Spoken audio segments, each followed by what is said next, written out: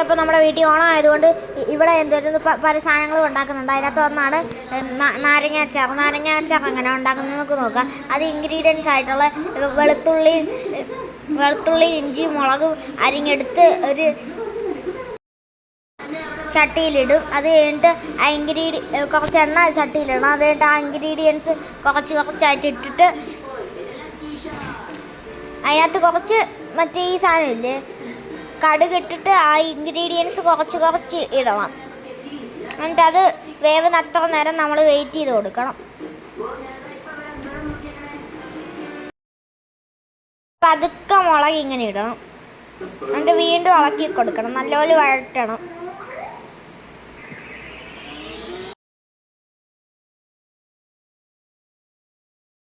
അത് കഴിഞ്ഞിട്ട് കറിവേപ്പിലയും വറ്റമുളക് എടുത്ത് എന്തായിരുന്നു നേരത്തെ ഇട്ട ആ എണ്ണയിലോട്ട് ഇടണം.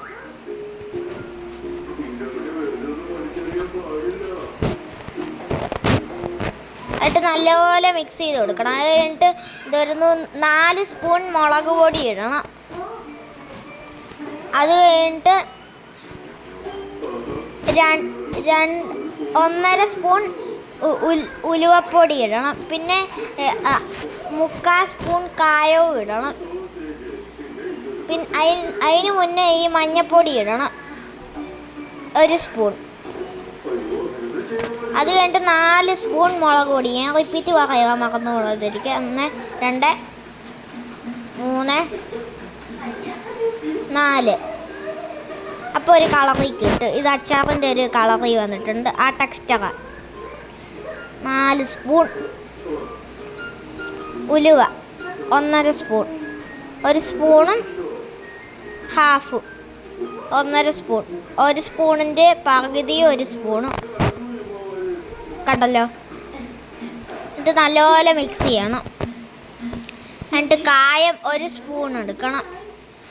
1 സ്പൂൺ ഇടണം കായം.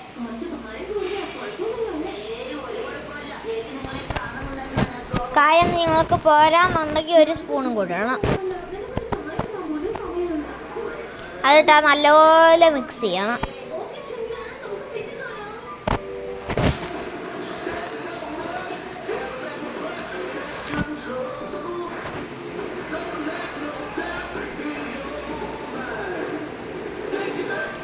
അത് കഴിഞ്ഞിട്ട് നമ്മൾ നേരത്തെ എടുത്ത് വെച്ച് ആ നാരങ്ങ എടുത്ത് അതിനകത്തോട്ട് നല്ലപോലെ മിക്സ് ചെയ്ത് കൊടുക്കണം. എന്നിട്ട് നല്ലൊരു ഇളക്കങ്ങോട്ട് ഇളക്കണം.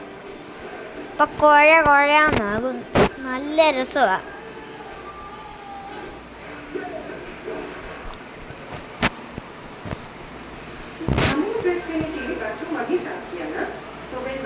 എന്നിട്ട് അത് കുറച്ച് നേരം ചൂടാക്കണം. അത്രേ ഉള്ളൂ ഇത്. അപ്പം ശരി, ടാറ്റ.